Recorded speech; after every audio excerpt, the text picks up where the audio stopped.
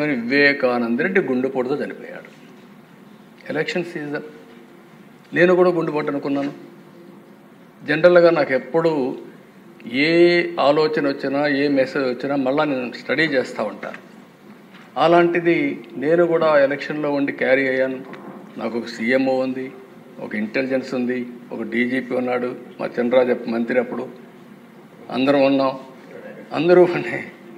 అందరం ఉండి అర్థం కాలేదు, నిజం అనుకున్నాం, నమ్మాం. అంటే నేరస్తులు ఏ విధంగా ట్రాప్లో పెడతారనేదానికి ఇది ఒక ఉదాహరణ. దిశ అంతవరకే చెప్తున్నాను నేను ఈరోజు. అది అయిన తర్వాత మధ్యాహ్నాలకి బిల్డప్ అయింది. సునీత గారు అడిగారు దీన్ని పోస్ట్ మార్టం చేయాలని. సునీత గారు కానీ పోస్ట్ మార్టం అడగకుండా ఉండుంటే క్రిమేషన్ అయిపోయేది.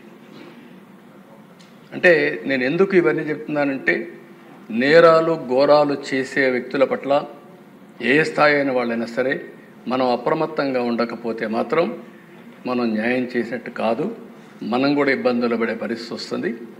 ఆ తర్వాత సాయంత్రానికి దిశ ఎప్పుడైతే పోస్ట్ మార్టం చేశారో, ఏ టీవీలో అయితే గుండెపోటని చెప్పారో వాళ్లే సాయంత్రానికి మాట మార్చేసి ఇంతవరకు మా తండ్రి చనిపోయాడు, ఇప్పుడు తండ్రి లేని బిడ్డే కాకుండా చిన్నాన్న ఉంటే ఆ పెద్ద దిక్కు కూడా లేకుండా పోయిందని చెప్తే ప్రజలు నమ్మించే పరిస్థితికి వచ్చారు. రెండో రోజు అధ్యక్ష నా చేతిలో కత్తిపెట్టి నారాసుర రక్త చరిత్రను వేసే పరిస్థితికి వచ్చారు. బాధ కదా అధ్యక్ష, ఆవేదన కలగదా? ఏంటి ఇలాంటి అరాచకాలు చేసి కూడా రాజకీయాలు చేయగలుగుతామనే ధీమా నా జీవితంలో ఒకటే చెప్తాను దశ, ఎప్పుడు హత్యా రాజకీయాలు మరక అంటకుండా 45 సంవత్సరాల రాజకీయాలు చేశారు. ఎవరైనా హత్యా రాజకీయాలు చేసిన ప్రజాక్షేత్రంలో పోరాడి అలాంటి వ్యక్తుల్ని శాశ్వతంగా రాజకీయాలు లేకుండా చేశాను తప్ప, శిక్షలు బయటకు చేశాను తప్ప, నేను ఎలాంటి పరిస్థితుల్లో కూడా అలాంటి దీనికి దోహదం చేయలేదు. నేను ఎప్పుడూ చెప్పేవాడిని, ఒక హత్య చేయడం అనేది చాలా ప్రమాదం. పోస్ట్ మార్టానికి కారకులైన వ్యక్తులు మీకు కూడా పోస్ట్ మార్టం జరుగుతుంది, జాగ్రత్తగా ఉండమని హెచ్చరించాను. ఈరోజు ఈ హౌస్లో కూడా ఎమ్మెల్యేస్కి అందరికీ చెప్తున్నాను, మీ నియోజకవర్గాల్లో లా అండ్ ఆర్డర్ కంట్రోల్ చేయడం మీ బాధ్యత. లా అండ్ ఆర్డర్ని మనం కానీ విస్మరిస్తే ప్రజల్లో అశాంతి వస్తే కరెక్ట్ కాదు. ఇంకొక విషయం కూడా చెప్తున్నాను, రాజకీయ ముసుగులో నేరాలు ఘోరాలు చేసి ఎదురుదాడి చేసి తప్పించుకుంటా ఉంటే ఈ ప్రభుత్వంలో సాగనివ్వనని మరొక్కసారి చాలా స్పష్టంగా విజ్ఞప్తి చేస్తున్నాం. ప్రజలకు మనం లా అండ్ ఆర్డర్ క్రియేట్ చేయాల్సిన, సమస్యలు లేకుండా చేయాల్సిన అవసరం ఉంది. టెక్నాలజీ వచ్చింది, టెక్నాలజీ ఉపయోగించుకుంటాం. కడాన పోలీసులు చూస్తే వాహనాలు కూడా లేని పరిస్థితి, పెట్రోల్ కూడా ఇవ్వలేని పరిస్థితి, ఇలాంటి చాలా జరుగుతున్నాయి. చాలా వరకు కరెక్ట్ చేశాం, ఇంకా కరెక్ట్ చేస్తాం. పోలీస్ యంత్రాంగాన్ని అప్రమత్తం చేస్తాం. అప్రమత్తం చేయడమే కాదు, ఎప్పుడైనా సరే అధ్యక్ష ఒకటే గుర్తుపెట్టుకోండి, ఒక నాయకత్వం కానీ ఒక గవర్నమెంట్ కానీ స్ట్రాంగ్గా ఉందని విత్ డెమాన్స్ట్రేటివ్ ఎఫెక్ట్తో చేయగలిగితే అందరూ లైన్లోకి వస్తారు. అట్లా కాకుండా పర్వాలేదు ఉదాసీన వైఖరి తీసుకుంటే ప్రతి ఒక్కరూ పెట్టిరేగిపోయే పరిస్థితి వస్తుంది. అది ఈ ప్రభుత్వంలో సాగనివ్వమని చెప్పి మరొకసారి తెలియజేసుకుంటూ ప్రతి ఒక్కరికి విజ్ఞప్తి చేస్తున్నా. ఈ రోజు నుంచి కొంతమందిని చూస్తున్నాను దిశ, కొన్ని కేసులు కూడా చూస్తున్నాను. ఎమోషన్లో కొంతమంది ట్రాపుల్లో కూడా పడతా ఉంటారు. కొంతమందికి డబ్బులు ఇస్తామంటే ఎక్కువగా వస్తాయనే ఉద్దేశంతో ఒక విధంగా ఆలోచిస్తే చిట్ ఫండ్ కంపెనీలు వస్తూ ఉంటాయి. అలాంటి వాటిలో డబ్బులు ఎక్కువ పెట్టుబడి పెడతాం, లేకుంటే మీకు ఎక్కువ రిటర్న్స్ ఇస్తామంటే మోసపోయే పరిస్థితి వస్తూ ఉంది. కొంతమంది అమ్మాయిల పట్ల కొంతమంది చాలా దారుణంగా ప్రవర్తిస్తూ ప్రేమ అనే మాట ఒలకబోస్తూ ట్రాప్లో పెట్టి ఈ యొక్క అబ్యూజ్ చేసే పరిస్థితి కూడా వస్తున్నారు. నేను ఈ విషయాలను ఎందుకు చెప్తున్నానంటే ఈ సభ ద్వారా ప్రజల్లో చైతన్యం తీసుకురావాల్సిన బాధ్యత మన మీద ఉంది. అదే సమయంలో ఎవరైనా తప్పు చేస్తే మాత్రం వదిలిపెట్టం, తాట తీస్తామని చెప్పి కూడా మరొకసారి ప్రజా సమస్యల మీదే పోరాటం చేస్తూ సాగిస్తున్నటువంటి పార్టీ వైఎస్ఆర్ కాంగ్రెస్ పార్టీ అధ్యక్షుడు జగన్మోహన్ రెడ్డి గారు వారి ఆధ్వర్యంలో ఈరోజు రాష్ట్రం అంతా కదులుతూ ఉంది.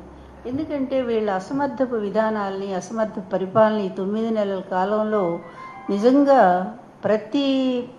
ప్రజల్లో ప్రతి వర్గం కూడా వ్యతిరేకత పెంచుకున్నారు. వీళ్ళు చేస్తున్నటువంటి ఈ చేతగాని ప్రభుత్వ విధానాలను ప్రజలందరూ అసహించుకుంటా ఉన్నారు. దాన్ని డైవర్ట్ చేయటం కోసం డైవర్షన్ పాలిటిక్స్ చంద్రబాబు నాయుడు కొత్త ఏమీ కాదు. ఆయన ఎట్లాగూ ఆయనకి సపోర్ట్ చేసేటువంటి పచ్చ మీడియా ఉండనే ఉంది కనుక ఆయన ఏం చెప్పినా కూడా దాన్ని చాలా గొప్పగా చూపించడం జరుగుతూ ఉంది. నిజంగా ఈరోజు పాపం నిరుద్యోగులు భృతిస్తూ ఉన్నారు. నెలకి ఏమైపోయింది అది? అదేవిధంగా ఫీజు రీయింబర్స్మెంట్ లేక ఎంతమంది కాలేజీలు మరి స్టూడెంట్స్ని పాపం క్లాసులకు రానివ్వట్లేదు. మరి రేపు పరీక్షలకు కూడా పంపిస్తారో లేదో తెలియనటువంటి పరిస్థితి. విద్యా విధానాన్ని సర్వనాశనం చేసి ఈరోజు మరి జగన్మోహన్ రెడ్డి గారి హయాంలో మరి కాలేజీల ఫీజు రీయింబర్స్మెంట్ విధానాన్ని ఎంత బాగా కొనసాగించారో ఏ ఒక్క విద్యార్థి కూడా వచ్చి కంప్లైంట్ చేసిన పరిస్థితి లేదు ఆ రోజు. కానీ ఈరోజు చూస్తే పాపం నిజంగా చాలామంది స్టూడెంట్స్ వెళ్ళటం లేదు కాలేజీకి. ఇదంతా ఎవరంటే విద్యాశాఖ మంత్రి ఒక అసమర్థుడిని పెట్టాడు. కొడుకైతే చాలు, ఎక్కడున్నా ఇది అంటారే, పంక్తిలో చివరున్నా సరే మనవాడైతే చాలు అన్నట్టుగా అసమర్థుడైనటువంటి తన కొడుకు లోకేష్ని తీసుకొచ్చి విద్యాశాఖకే మినిస్టర్ని చేశాడు. ఈయన వచ్చిన దగ్గర నుంచి విద్యార్థుల కష్టాలు అంతా ఇంత కాదు. పైగా నిన్న ఇక ఈ తండ్రి కొడుకులు అతి గొప్పలు చెప్పుకుంటూ ఉన్నారు. ఏంటంటే దాని మీద ప్రత్యేకంగా మాట్లాడాలనుకుంటున్నాను. తన 45 ఏళ్ల జీవితంలోట అసలు హత్యా రాజకీయాలు అంటుకోనటువంటి వ్యక్తి ఈయనట. ఎంత శుద్ధపూసలాగా కబుర్లు చెప్తా ఉన్నాడంటే, ఎన్టీఆర్ గారు మరణానికి కారకులు ఎవరో మరి ఒక్కసారి రాష్ట్ర ప్రజలందరికీ తెలుసు. అందులో ప్రత్యక్ష సాక్షి నేనే ఉన్నాను. మరి ఆయన మరణం మొదలు పెట్టుకుంటే అంతకుముందు కూడా ఇతను ఎవ్వరూ కూడా ఎప్పుడైనా మనకి సినిమాల్లో కూడా విలన్లు ఉంటారు, పెద్ద విలన్లు అంటే పెద్దవాళ్ళు ఉంటారు, రాజకీయ నాయకులు కానీ లేకపోతే పెద్ద ధనవంతులు. వాళ్ళు హత్యలు చేయించాలనుకుని డైరెక్ట్ వాళ్ళే రంగంలో దిగరు. వాళ్ళు ప్రేరేపిత అంటే కొంతమందిని సుఫారీ ఏదో ఇచ్చి వాళ్ళని పంపించి హత్యలు చేయిస్తూ ఉంటారు. అదిగో అలాంటి బాపతే చంద్రబాబు నాయుడు కూడా డైరెక్ట్ ఉండడు రంగంలో. ఎందుకు మీకు 1995 సెప్టెంబర్ 1వ తేదీ నేను ముఖ్యమంత్రిగా ప్రమాణ స్వీకారం చేశాడు. ఆ చేసిన తరువాత ఆయన ఉన్నటువంటి టైంలో ఆ 4 ఏళ్ల కాలంలో రాష్ట్రంలో ఎన్ని హత్యలు జరిగినాయో ఒక్కసారి లిస్టు బయటికి తీస్తే తెలుస్తుంది. ముఖ్యంగా రాయలసీమలో ఒక వర్గం వాళ్ళ మీద విపరీతమైనటువంటి హత్యా రాజకీయాలను ప్రేరేపించింది ఎవరు? ఎందుకంటే కొన్ని సాక్ష్యాలు కూడా ఉంటాయి. మరి తర్వాత వచ్చినటువంటి ప్రభుత్వం వాళ్ళని అరెస్ట్ చేసి జైల్లో పెడితే తర్వాత ఈయన మళ్ళీ రాగానే వాళ్ళందరి మీద కేసులు ఎత్తేయించి వాళ్ళందరినీ కూడా నిర్దోషులుగా విడుదల చేయించిన సంఘటనే ఈయన హత్యా రాజకీయాలని ఎంతగా ప్రోత్సహిస్తారంటానికి చాలా సాక్ష్యాలు ఉన్నాయి. మనము వ్యక్తుల పేర్లు చెప్పేదానికంటే కూడా చంద్రబాబు అంటేనే హత్యా రాజకీయాలు కేర్ ఆఫ్ అనేటువంటి దీని మీద సినిమాలు కూడా వచ్చాయి. అందులో వాటిని గురించి ప్రత్యేకంగా చెప్పాల్సిన పని లేదు. ఇక నిన్న ఈయన కొడుకు అసెంబ్లీలో అదేవిధంగా ఇప్పుడట బూతులు లేవట అసెంబ్లీలో వాళ్ళు మాట్లాడుతూ ఉన్నారు. బూతులు లేవంటే అసలు ప్రతిపక్షం అక్కడ ఉంటేనేగా, ప్రతిపక్షం ఉంటే కదా మీరు ఎన్ని రకాలుగా మాట్లాడారో. నిజంగా చెప్పాలంటే ఈయన ఇవో ఎన్ని ఉన్నాయో చూడండి. ఈయన మాట్లాడిన బూతులు ఈయన కొడుకు ఇద్దరు కూడా ఆ భాష నేను మాట్లాడలేను, పవన్ కళ్యాణ్. ఎందుకంటే నా భాష ఎప్పుడు కూడా ఖచ్చితంగా ఉంటుంది, అది సాంప్రదాయంగా ఉంటుంది. కనుక కొన్ని ఏం చెప్తాను. ఏంటి జగన్ సైకో ముఖ్యమంత్రి, ఒక ముఖ్యమంత్రి రాష్ట్రంలో పిచ్చోడు ముఖ్యమంత్రిగా ఉన్నాడు. అతి చేస్తే తోకలు కత్తిరిస్తాయి ఈయన మాటలు, అది నాయి బ్రాహ్మణులు ఉద్ధరించి. అలాగే జగన్ ఎర్రిపప్ప.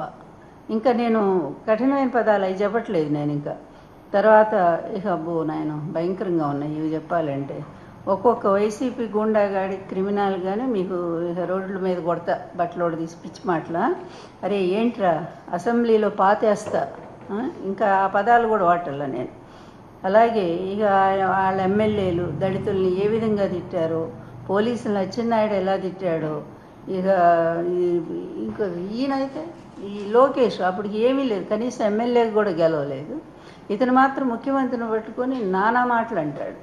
వీళ్ళు మాట్లాడిన భాష అంతా మర్చిపోయారు. ఎందుకంటే అది తండ్రి కొడుకులు ఇద్దరికి కూడా మరి మతిమరుపు అనే జబ్బు ఒకటి ఉన్నట్టుంది. వాళ్ళు మాట్లాడిన బూతులు, వాళ్ళ ఎమ్మెల్యేలు తిట్టిన తిట్లు, అదేవిధంగా వైఎస్ ఫస్ట్ అసలు ఎవరు స్టార్ట్ చేశారు? మా టైం నుంచి కూడా ఎగనెస్ట్గా అనేక పిచ్చి పిచ్చి రాతలన్నీ రాయించింది ఎవరు? ఈ చంద్రబాబు నాయుడు కదా. ఎన్టీఆర్ గారి మీద పిచ్చి కార్టూన్లు వేయించింది చంద్రబాబు నాయుడు కదా. ఇక నా మీద అయితే చెప్పేదే లేదు. ఇక వీళ్ళ సోషల్ మీడియా పెట్టుకున్న తర్వాత మరి వైఎస్ కుటుంబం మీద అతి దారుణంగా విజయమ్మ గారి మీద కానీ, షర్మిల గారి మీద, భారతి గారి మీద, జగన్ గారి మీద అసలు స్టార్ట్ చేసింది ఎవరు? వీళ్ళే కదా. ఈ బూతులు మాట్లాడిందే వీళ్ళు కదా. వాళ్ళకి దాన్ని ఎదుర్కొంటే వాళ్ళు చేసిన వాటిని మాట్లాడితే కొడాలి నాని ఇలాంటి వంశీ వీళ్ళందరినీ కూడా అరెస్టులు చేయించి ఇప్పుడు పెడతా ఉన్నారు, పోసాని గారిని. అందువల్ల వీళ్ళు మాట్లాడినటువంటి వాటికి వీళ్ళ భాష అయితే అసలు చెప్పడానికి కనీసం ఉచ్చరించడానికి కూడా వీళ్ళైనటువంటి ఒక అసభ్యమైన భాష వీళ్ళు మాట్లాడారు కదా. మరి అలాంటి వాళ్ళకేమి శిక్షలు లేవా? ఎంత దారుణం అంటే మేము చేస్తే రైటు, ఎదుటి వాళ్ళు చేస్తే తప్పు అనేటువంటి పద్ధతిలో ఇతని పరిపాలన సాగింది. ఈ ద్వంద్వ ప్రమాణాలతో సాగుతున్నటువంటి ఈ పరిపాలన దానికి తగినట్టుగానే మనం చూస్తూనే ఉన్నాము. ఎన్నికల ముందు రకాల హామీలు, ఎన్నికల తర్వాతేమో వాటి సంస్కరణ పేరుతో వాటన్నిటిని పాతేయటం. అందువల్ల చంద్రబాబు నాయుడు అంటేనే అబద్ధాలు, చంద్రబాబు నాయుడు అంటేనే హత్యా రాజకీయాలు కేర్ ఆఫ్, చంద్రబాబు నాయుడు అంటేనే ఒక ప్రజా హంతకుడు, చెప్పాలంటే ప్రజా వ్యతిరేకి. చంద్రబాబు నాయుడు అంటేనే ఒక కుట్ర కుతంత్రాల రాజకీయాలకు ప్రతిబింబం.